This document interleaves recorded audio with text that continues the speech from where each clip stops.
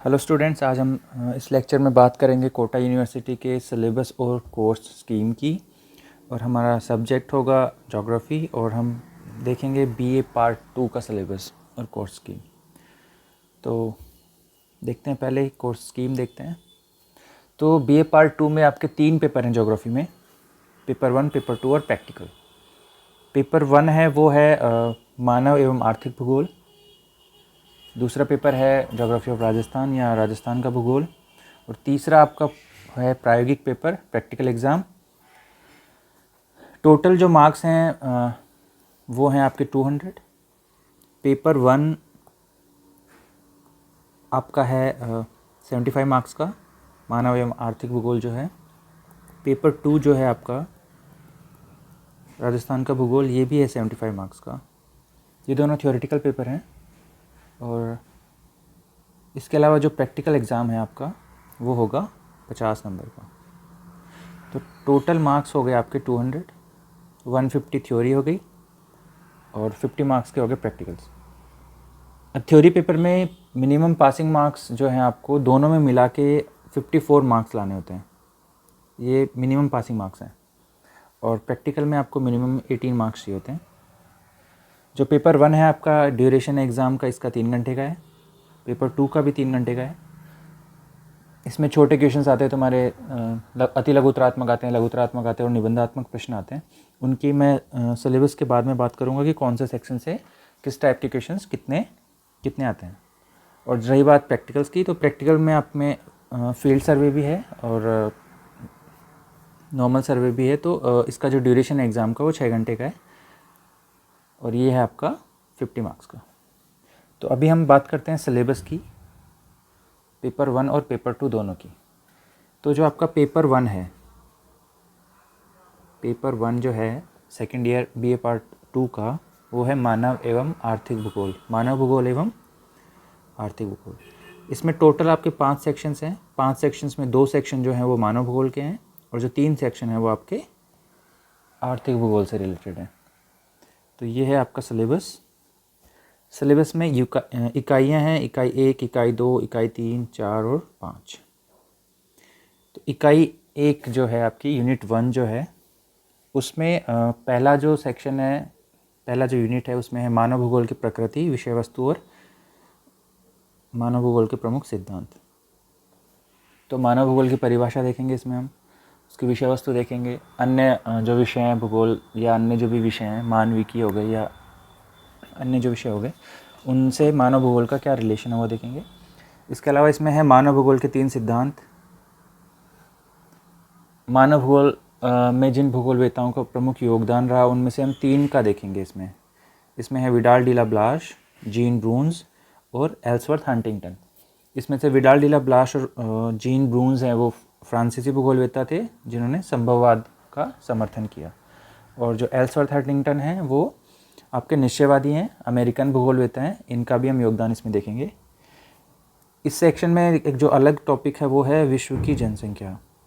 इसमें हम जनसंख्या का पैटर्न देखेंगे, प्रतिरूप देखेंगे, विश्व वितरण देखेंगे, जनसंख्या पिरामिड्स के बारे में बात करेंगे, विश्व के प्रमुख जनसंख्या प्रदेशों की बात करेंगे और जनसंख्या से रिलेटेड जो समस्याएं विकसित, विकासशील या अल्प विकसित देश जो जो जो महसूस कर रहे हैं या उनकी जो समस्याएं हैं जनसंख्या से रिलेटेड, इसमें बेसिकली जनसंख्या और संसाधनों का जो अनुकूलतम उपयोग कैसे कर सकते हैं, कहाँ कहाँ हो रहा है, ये सब देखेंगे। अनुकूलतम जनसंख्या सिद्धांत की हम इसमें बात करेंगे।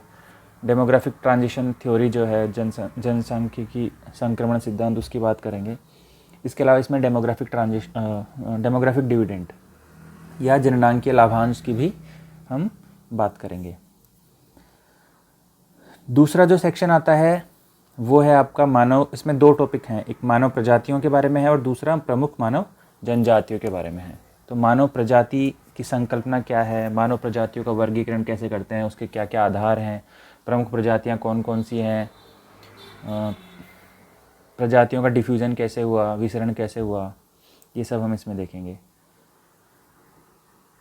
प्रमुख जनजातियों में सिलेबस में हमारे हैं एस्किमो, पिग्मी, बुशमैन, ये हैं। इसके अलावा भारत की 2 प्रमुख जनजातियां गोंड और नागा, इनका हम अध्ययन करेंगे। तो इसको जब हम पढ़ेंगे तो इसमें हम देखेंगे कि ये जनजातियाँ कहाँ पाई जाती हैं, वहाँ की वातावरणीय दशाएँ कैसी हैं, इन इन आदिम जनजातियों ने वातावरण के साथ अपने आप को कैसे समायोजित किया है, ये कौन कौन सी आर्थिक गतिविधियाँ संपादित करते हैं, यदि कोई स्पेशल गतिविधि संपादित करते हैं तो उसको संपादित कैसे करते हैं, आज के टाइम पे इन ये जो जनजातियाँ हैं ये अन्य विश्व से अपने आप को कैसे कनेक्ट किए हुए हैं, ये सब चीज़ों को हम देखेंगे। बेसिकली ये सिलेबस में इसलिए है क्योंकि ये पर्यावरणीय समायोजन की बात करते हैं ये जनजातियाँ, क्योंकि ये अभी भी पर्यावरण, ये जिन परिस्थितियों में रह रहे हैं वो बहुत विपरीत परिस्थितियाँ हैं, बहुत विपरीत पर्यावरणीय परिस्थितियाँ हैं। तो वहाँ पर ये कैसे वातावरण से समायोजित होते हैं इसका अध्ययन करेंगे हम। तो जो आपके फर्स्ट सेक्शन में मानव भूगोल के 3 सिद्धांत हैं, उनमें एक सिद्धांत है वातावरण समायोजन का सिद्धांत। तो उस सिद्धांत को हम इससे रिलेट कर सकते हैं, इन जनजातियों के रहन सहन से और इनके आवास और इनके आर्थिक गतिविधियों से। अब जो नीचे के तीन जो वो हैं आपके 3 यूनिट्स हैं, 3 इकाइयाँ हैं, वो आर्थिक भूगोल से संबंधित हैं। इसमें पहला है आर्थिक भूगोल की परिभाषा, प्रकृति और विषय वस्तु। सेम जैसे मानव भूगोल की परिभाषा, प्रकृति, विषय वस्तु और कार्यक्षेत्र पढ़ा था, वैसे ही हम आर्थिक भूगोल के बारे में बात करेंगे। अर्थव्यवस्था क्या होती है, उत्पादन के साधन क्या हैं, कौन कौन से प्रमुख व्यवसाय हैं। इसमें जैसे मानव व्यवसाय सेकंड यूनिट में है तो इसमें देखेंगे हम। इसके बाद में है आपका संसाधन, प्राकृतिक संसाधन। प्राकृतिक संसाधन में इन्होंने डिटेल में नहीं दिया है, इन्होंने केवल सीधा बोला है कि मृदा, जल, वन, मृदा, जल और उनका वितरण और संरक्षण की बात करेंगे। लेकिन हम इसको ज़्यादा समझने से पहले हम देखेंगे संसाधन क्या होते हैं, संसाधन की संकल्पना क्या है, कौन से गुण हैं जो एक पदार्थ को संसाधन बनाते हैं। संसाधन एक गतिक संकल्पना है तो क्यों है। संसाधनों का वर्गीकरण देखेंगे, नवीनीकरण संसाधन क्या होते हैं, अनवीकरणीय संसाधन क्या होते हैं, ऊर्जा संसाधन क्या हैं, ये सब हम देखेंगे। तो इनमें जो विशेष हमारा फोकस रहेगा वो रहेगा वन, मृदा और जल पे। और चूँकि ये जो संसाधन है इनमें अवनयन हो रहा है, डिग्रेडेशन हो रहा है, बहुत सारे प्रॉब्लम्स हैं जो ये संसाधन फेस कर रहे हैं, सोसाइटी जिनकी वजह से फेस कर रही, तो इनका संरक्षण कैसे किया जाएगा, तो इसमें संरक्षण पर भी फोकस रहेगा। संसाधन में जो दूसरा सेक्शन है वो है ऊर्जा संसाधन का या शक्ति संसाधन का। उसमें सिलेबस में हमारे 4 हैं, कोयला, पेट्रोलियम, कोल है, पेट्रोलियम है, इसके बाद में हाइड्रो पावर है, जल शक्ति है और एटॉमिक पावर है। तो ये जब हम पढ़ेंगे संसाधन तो इसमें इनका वितरण पढ़ेंगे। सबसे पहले तो ये पढ़ेंगे कि इनके प्रमुख अयस्क कौन कौन से हैं और कौन से अयस्क की क्या विशेषता है। इसके बाद में पढ़ेंगे कि ये कहाँ कहाँ पे विश्व वितरण इनका कहाँ कहाँ पाया जाता है। साथ ही हम इनका उपयोग भी पढ़ेंगे कि इनका किन क्षेत्रों में उपयोग किया जाता है या इनका उपयोग किन उद्योगों में है, मतलब इनकी आर्थिक संभाव्यता क्या है। नेक्स्ट यूनिट है वो रिलेटेड है कृषि के साथ में। कृषि चूँकि एक प्राथमिक व्यवसाय है तो इसमें हम पढ़ेंगे कृषि के प्रकार, प्रमुख प्रकार कौन कौन से हैं, विश्व के कृषि प्रदेश। विश्व के कृषि प्रदेश हम जनरलाइज तरीके से पढ़ेंगे, बिल्कुल सामान्यकृत वर्गीकरण पढ़ेंगे। इसमें विटेल्सी का वर्गीकरण ऐसे पढ़ते हैं लेकिन हमारे सिलेबस में है नहीं, तो हम उनका एक सामान्य वर्गीकरण पढ़ेंगे। इसके अलावा कुछ फसलें हैं जैसे गेहूँ, चावल, गन्ना, कपास, चाय, कॉफ़ी और रबर। हम इन फसलों को पढ़ेंगे, इनकी उत्पादन की भौगोलिक दशाओं के संदर्भ में, इनके वितरण के संदर्भ में और इनका उत्पादन किन किन क्षेत्रों में या किन किन देशों में इनका प्रमुख उत्पादन होता है। साथ ही ये पढ़ेंगे कि ये जो फसलें हैं इनका औद्योगिक उपयोग क्या है, क्योंकि हम जो नेक्स्ट यूनिट हमारी है वो है खनिज और उसमें उद्योग भी हैं। तो जैसे जो एग्रो बेस्ड इंडस्ट्रीज़ हैं या कृषि आधारित उद्योग हैं वो वहीं हो सकते हैं जहाँ पर ये जो आपके कृषि उत्पाद हैं ये उत्पादित होते हों। इसके बाद में इसी में है एक सेक्शन पशुपालन। तो पशुपालन का भी हम शॉर्ट में पढ़ेंगे कि कितने टाइप का होता है, कृषि के साथ पशुपालन होता है तो उसको क्या बोलते हैं और ये सब। जो लास्ट यूनिट है आपका पेपर 1 का मानव आर्थिक भूगोल का वो है खनिजों का वितरण। खनिज पढ़ेंगे, उसमें खनिजों में से जो खनिज पढ़ेंगे वो है लौह अयस्क, तांबा, मैग्नीज, अभ्रक। इससे पहले हम खनिजों का वर्गीकरण पढ़ेंगे कि खनिजों को किन किन आधारों पर हम बांट सकते हैं। खनिजों के बाद में हम पढ़ेंगे औद्योगिक अवस्थिति। औद्योगिक अवस्थिति क्या होती है, कौन कौन से कारक हैं जो औद्योगिक अवस्थिति को प्रभावित करते हैं, और औद्योगिक अवस्थिति में हम जो या इंडस्ट्रियल लोकेशन में जो हम जिन इंडस्ट्रीज़ की लोकेशन के बारे में बात करेंगे वो होगा हमारा लौह इस्पात उद्योग, सूती वस्त्र उद्योग, लुगदी एवं कागज़ उद्योग, जहाज उद्योग। ये 4 टॉपिक हैं आपके। तो हम बात करेंगे कि ये उद्योग कहाँ कहाँ स्थापित होते हैं, इनके लिए कौन कौन सा कच्चा माल चाहिए होता है, और इनका विश्व वितरण क्या क्या है, कहाँ कहाँ पर विश्व में ये उद्योग स्थापित हैं, और कौन कौन सी दशाएं हैं जिनकी वजह से वो उद्योग वहाँ पर स्थापित हो रहे हैं। साथ ही हम इसमें ये भी देखेंगे कि वर्तमान समय में इन उद्योगों का विकेंद्रीकरण हो रहा है। तब ये जहाँ जहाँ पर प्रारंभ हुए थे अभी वहाँ पर कम होने लग गए हैं, तथा उन जगहों पर ये स्टार्ट हो गए हैं होना जहाँ पर इनके फेवरेबल कंडीशंस नहीं हैं। तो ये विकेंद्रीकरण क्यों हो रहा है, क्या कारण है, कौन कौन से फैक्टर्स हैं जिनके कारण इन उद्योगों का विकेंद्रीकरण हो रहा है, तो हम ये बात करेंगे। विश्व के प्रमुख औद्योगिक प्रदेश पढ़ेंगे हम जनरलाइज तरीके से कि कौन कौन से उद्योग हैं वो विश्व के कौन कौन से क्षेत्रों में अवस्थित हैं। इसके बाद में जो लास्ट सेक्शन है वो है विश्व के प्रमुख व्यापारिक मार्ग। इसमें हम मेजर सी रूट्स की बात करेंगे, इसमें हम कैनाल्स की बात करेंगे, स्ट्रेट्स की बात करेंगे, जैसे आपका पनामा कैनाल हो गया, स्वेज कैनाल हो गया, बॉस्फोरस स्ट्रेट हो गया, स्ट्रेट ऑफ हॉर्मुज हो गया, डेनिस स्ट्रेट हो गया, सेंट लॉरेंस सीवे जो है वो हो गया। इसको पढ़ते समय हम देखेंगे कि जो मेजर सी रूट्स हैं वहाँ पे कौन कौन से मेजर पोर्ट्स हैं, और वहाँ से कौन कौन से उद्योगों का कौन कौन से उद्योग वहाँ पर स्थापित हैं या किसके लिए वो पोर्ट्स फेमस है। तो ये हो गया हमारा पेपर 1 मानव एवं आर्थिक भूगोल। ऐसे ही जो दूसरा पेपर है वो है हमारा राजस्थान का भूगोल। ये भी वही है, इसमें भी 5 यूनिट हैं आपके। ये राजस्थान पे पूरा फोकस है इस पेपर का, तो हम इस पेपर में सारा राजस्थान से रिलेटेड ही पढ़ेंगे। ये पेपर भी आपका 75 मार्क्स का है, 5 यूनिट्स हैं इसमें भी। तो जो पहली यूनिट है वो इंट्रोडक्टरी यूनिट है, उसमें है राजस्थान का निर्माण, प्रशासकीय ढांचा। ये आपका बेसिकली पॉलिटिकल जो सेटअप है राजस्थान का, उसके बारे में बात करते हैं। राजस्थान का निर्माण कैसे हुआ, कितने चरणों में हुआ, पहले कौन सा नाम बोला जाता था, बाद में क्या हुआ, तो वो जो पूरे स्टेजेस हैं राजस्थान के निर्माण के वो पढ़ेंगे। फिर प्रशासकीय ढांचा, प्रशासन कैसे चलता है, राजस्थान में कितने ज़िले हैं, कौन से ज़िले की बॉर्डर किससे मिलती है, कितने संभाग हैं, कौन से संभाग में कौन कौन से ज़िले हैं, तो ये सब हम इसमें पढ़ेंगे। उसके बाद में जो राजस्थान का ज्योग्राफी, जियोलॉजिकल स्ट्रक्चर, भूगर्भिक संरचना, चट्टानें कौन कौन सी हैं, किस प्रकार की चट्टानें हैं, अरावली कैसे बना, क्यों बना, जो अरावली के चट्टानें हैं वो किस टाइप की हैं। देन जो भी राजस्थान के भू आकृतिक प्रदेश हैं वहाँ की भूगर्भिक संरचना, जियोलॉजिकल स्ट्रक्चर कैसा है। जैसे आपका पश्चिमी मरुस्थल है तो वहाँ पर कैसे जियोलॉजिकल स्ट्रक्चर है, हाड़ौती में कैसा स्ट्रक्चर है, नीचे जाने पे कैसा स्ट्रक्चर है, मैदानी भाग में कैसा स्ट्रक्चर है, जियोलॉजी कैसी है, तो वो हम इसमें पढ़ेंगे। इसके बाद में भू आकृतिक प्रदेश। भू आकृतिक प्रदेश फर्स्ट सेक्शन में भी है, और आपका जो डिटेल इसका फिर से हम पढ़ेंगे 5th सेक्शन में, राजस्थान के भौगोलिक प्रदेश। तो ये दोनों में सेक्शन में है, तो इसको डिटेल से पढ़ना है। कितने भू आकृतिक प्रदेश हैं, किस आधार पर वर्गीकृत किया जाता है, वहाँ की अपवाह प्रणाली कैसी है, वहाँ की अर्थव्यवस्था किस पर आधारित है, सारा एकदम इसमें डिटेल से पढ़ेंगे। इसके बाद में जल अपवाह, राजस्थान की प्रमुख नदियाँ, आंतरिक प्रवाह की नदियाँ कौन कौन सी हैं, इसके अलावा जो भी अपवाह प्रणाली वो पढ़ेंगे। इसके बाद में जलवायु देखेंगे राजस्थान की। जलवायु में आपका वर्गीकरण पढ़ेंगे हम कोपेन का और त्रिवार्था का।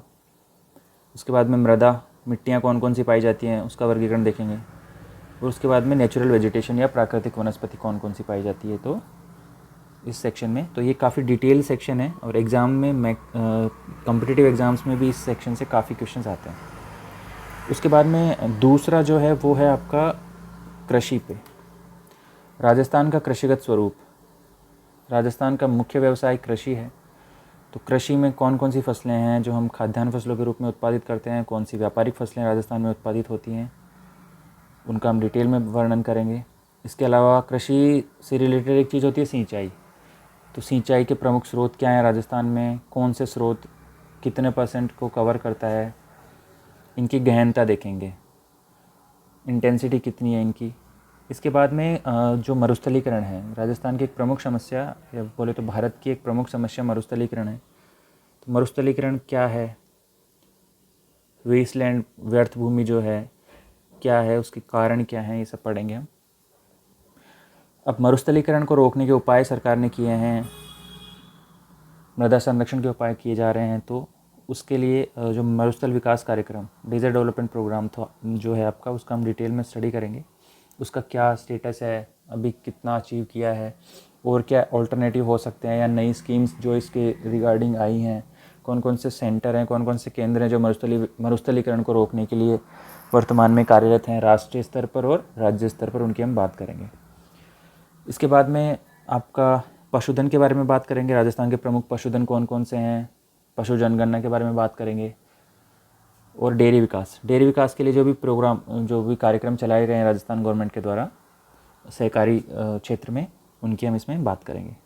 तीसरी जो यूनिट है वो आपकी ऊर्जा और शक्ति संसाधनों पे है। तो इसमें जैसा हमने मानव एवं आर्थिक भूगोल में पढ़ा, ऊर्जा और शक्ति संसाधन, तो उसका राजस्थान के परिप्रेक्ष्य में हम अध्ययन करेंगे। राजस्थान में कौन कौन से परंपरागत ऊर्जा संसाधन है वो देखेंगे, और कौन कौन से गैर परंपरागत ऊर्जा संसाधन है।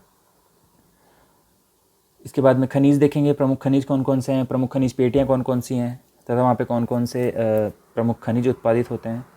और उन खनिजों के बाद हम देखेंगे राजस्थान के प्रमुख उद्योग। तो इसका एक सामान्यीकृत हम वो देखेंगे वितरण। जो चौथा यूनिट है वो आपका पॉपुलेशन से रिलेटेड है।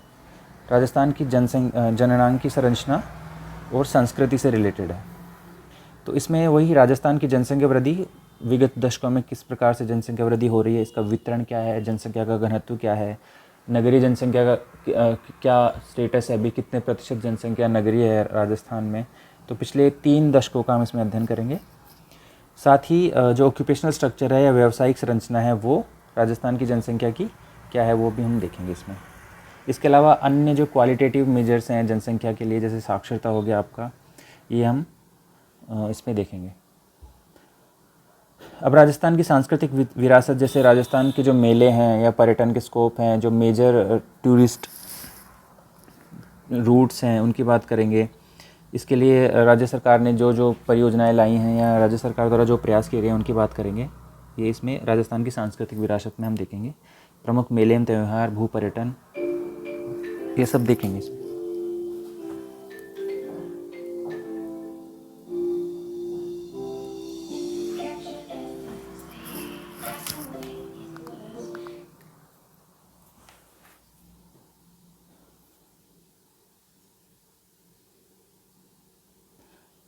इसके बाद हम देखेंगे आपका राजस्थान की जनजातियाँ। तो राजस्थान की जनजातियों में हम देखेंगे भील, मीणा, सहरिया और गरसिया। ये सेम उसी प्रकार उसी पैटर्न में पढ़ेंगे जिस पैटर्न में हमने मानव एवं आर्थिक भूगोल में विश्व की जनजातियों को देखा था। तो इसमें भील, मीणा, सहरिया और गरसिया का कौन कौन से क्षेत्रों में या जिलों में ये पाए जाते हैं, क्या इनकी सांस्कृतिक विशेषताएं हैं, क्या अर्थव्यवस्था का इनकी अर्थव्यवस्था का आधार क्या है, साथ ही वर्तमान इनकी स्थिति क्या है, इनके विकास के लिए सरकार द्वारा जो प्रयास किए गए हैं उन प्रयासों की बात करेंगे। तो इनको हम डिटेल में पढ़ेंगे। इकाई 4 का जो लास्ट टॉपिक है वो है आपका यातायात और व्यापार। इसको हम देखेंगे। राजस्थान में जो स्टेट हाईवेज़ हैं, कौन कौन से नेशनल हाईवेज़ हैं, इसके अलावा जो मेजर जितने भी ट्रांसपोर्ट के आपके मोड्स अवेलेबल हैं, एयर ट्रांसपोर्ट हो या रेल ट्रांसपोर्ट हो या रोड ट्रांसपोर्ट हो, ये हम देखेंगे। इसके अलावा इनलैंड ट्रांसपोर्टेशन यदि अवेलेबल है तो वो कहाँ कहाँ पॉसिबिलिटीज़ हैं, उसकी भी हम बात करेंगे। राजस्थान के भूगोल का जो लास्ट यूनिट है, लास्ट इकाई है, वो है आपका उसमें जो है आपका राजस्थान के भौगोलिक प्रदेशों को डिटेल में पढ़ना है। उसमें आपका प्रदेश मरुस्थलीय प्रदेश हो जाएगा। इसके बाद में आपका आ जाएगा अरावली, जो आपका पर्वतीय क्षेत्र है वो। इसके बाद में पूर्वी मैदान और हाड़ौती। तो इन सब का हम विस्तार से अध्ययन करेंगे। ऑलरेडी ये वैसे सेक्शन 1 में दिया गया है, लेकिन हम इसको फिर से पढ़ेंगे। इसको फिर से पढ़ेंगे इसमें यूनिट 5 में। फिर है आपका राजस्थान की पर्यावरणीय समस्याएं। ये बहुत इंपॉर्टेंट टॉपिक है, कॉन्टेम्प्रेरी टॉपिक है। इसमें हम देखेंगे कि राजस्थान में कौन कौन सी जो पर्यावरणीय समस्याएं हैं वो वर्तमान में हैं। तो इसमें हम प्रदूषण से लेके, मरुस्थलीकरण से लेके, आपके जो भूमिगत जल का जो प्रदूषण हो रहा है वो, इसके अलावा माइनिंग की वजह से बहुत सारे प्रॉब्लम्स हो रहे हैं। तो ये सब जितने भी पुरानी और नई जितनी भी प्रॉब्लम्स हैं, जैसे क्लाइमेट चेंज की वजह से माइक्रो क्लाइमेटिक चेंज हो रहा है आपके एनवायरनमेंट में, तो सारा पर्यावरणीय समस्याओं के बारे में बात करेंगे। इनसे लड़ने के लिए क्या गवर्नमेंट कर रही है वो हम बात करेंगे। साथ ही संसाधनों का संरक्षण और प्रबंधन, उन संसाधनों में मृदा, जल, वन, जल, मृदा, ये सब की हम बात करेंगे। इसके साथ साथ हम बात करेंगे राष्ट्रीय उद्यान और वन्यजीव अभयारण्यों की। चूँकि हमने पहले ये टॉपिक पढ़ा नहीं है, तो हम आपको पहले बताएंगे कि जो आपका वन्यजीव संरक्षण है वो किस किस तरीके से किया जाता है।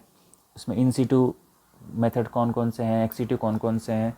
तो उसमें हम आपको पढ़ाएंगे राष्ट्रीय उद्यान, वन्यजीव अभयारण्य और बायोस्फीयर रिजर्व्स। तो राजस्थान में कौन कौन से वन्यजीव अभयारण्य हैं, कौन कौन से बायोस्फीयर रिजर्व्स हैं, इनकी हम डिटेल में स्टडी करेंगे। तो ये दोनों पेपर मिला के आपके दोनों पेपर का सिलेबस जो है आपका ये है, मैंने बताया आपको। कंपटीशन के हिसाब से भी दोनों पेपर्स काफ़ी इंपॉर्टेंट है। राजस्थान के कंपटीशन में सारे पेपर्स में ऑलमोस्ट 20% के आसपास वेटेज होता है राजस्थान के भूगोल का, तो पेपर 2 को अच्छे से देखने की ज़रूरत है। और पेपर 1 है उसका भी काफ़ी एग्ज़ाम्स में वेटेज रहता है। तो एकेडमिक्स के हिसाब से भी और कंपटीशन के हिसाब से भी दोनों पेपर काफ़ी इंपॉर्टेंट हैं। अब हम बात करते हैं एग्ज़ाम जो होता है उसमें कौन कौन से सेक्शन से कितने क्वेश्चंस आते हैं। तो आपके जो सिलेबस है उसमें आपको दे रखे हैं यूनिट या इकाई, तो कुल 5 इकाइयाँ हैं। और आपका जो एग्ज़ाम होगा, एग्ज़ाम में आपके 3 सेक्शन आएंगे, खंड आएंगे 3, सेक्शन ए, सेक्शन बी और सेक्शन सी, या सेक्शन ए, बी और सेक्शन सी। तो जो आपका सेक्शन ए होता है वो टोटल 10 नंबर का होता है। सेक्शन ए 10 नंबर का होता है आपका, और उस सेक्शन में आपको 10 क्वेश्चन ही आते हैं। मतलब एक क्वेश्चन कितने नंबर का होता है? 1 नंबर का। और ये सारे क्वेश्चन आपको अटैम्प्ट करने होते हैं। और ये जो 5 यूनिट हैं उनमें से हर सेक्शन में आपको 2-2 क्वेश्चन मिलेंगे एग्ज़ाम में। हर उससे आपको 2-2 क्वेश्चंस मिलेंगे। तो हर क्वेश्चन से आपको मिल गए 2-2 क्वेश्चन। तो ये हो गया आपके 10 क्वेश्चंस, प्रत्येक इकाई से 2 क्वेश्चन। तो 2 इंटू टोटल हमारी 5 इकाइयाँ हैं, तो 10 क्वेश्चन हो गए। और एक क्वेश्चन का नंबर एक क्वेश्चन जो है आपका 2 मार्क्स का होता है इसमें, सॉरी एक क्वेश्चन 1 मार्क्स का होता है। तो एक कुल अंक हो गए आपके 10। इसके बाद में आपका आता है सेक्शन 2, सेक्शन बी। इसमें आपको टोटल एक सेक्शन से, एक यूनिट से 2 क्वेश्चन देते हैं वो। इसमें ऑप्शन होता है आपको और का। तो प्रत्येक इकाई से आपको 1 क्वेश्चन करना है। इसका मतलब आपको कितने क्वेश्चन अटेम्प्ट करने हैं? प्रत्येक इकाई से 1-1 मतलब 5 क्वेश्चन अटेम्प्ट करने हैं। और प्रत्येक क्वेश्चन का मार्क्स होता है 7 नंबर का। तो ये आपका 35 नंबर के क्वेश्चन आएंगे। ये क्वेश्चन होते हैं जो ऊपर वाले क्वेश्चन हैं छोटे वाले, अति लघुतरात्मक, इसके आंसर्स आपको देने होते हैं 20 शब्दों में। और ये जो 5 क्वेश्चन आपको करने हैं, 10 में से 5 जो करने हैं, प्रत्येक इकाई से 1 क्वेश्चन करते हुए, इसकी वर्ड लिमिट होती है आपकी 250 शब्द। 250 शब्द। और जो लास्ट आपका सेक्शन है उसमें से आपके 4 क्वेश्चन आते हैं, आपको 4 क्वेश्चन मिलते हैं।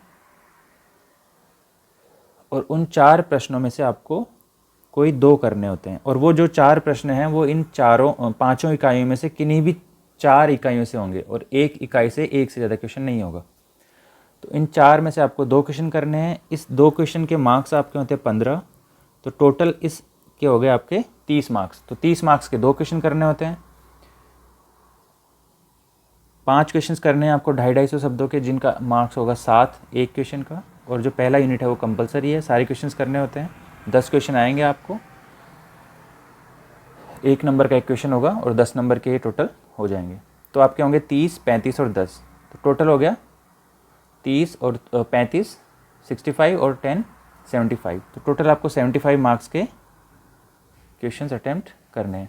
अच्छा, ये जो बड़े क्वेश्चंस हैं इनमें से आपको 2 क्वेश्चन करने हैं। इनकी जो वर्ड लिमिट होती है वो होती है 500 वर्ड्स। 500 वर्ड्स। सेम जो आपका पैटर्न है वो पेपर 1 के लिए होगा। आज के लिए इतना ही। नेक्स्ट क्लास में हम बात करेंगे, हम अब सिलेबस के जो टॉपिक्स हैं उनके हिसाब से हम अपना लेक्चर स्टार्ट करेंगे। Thank you.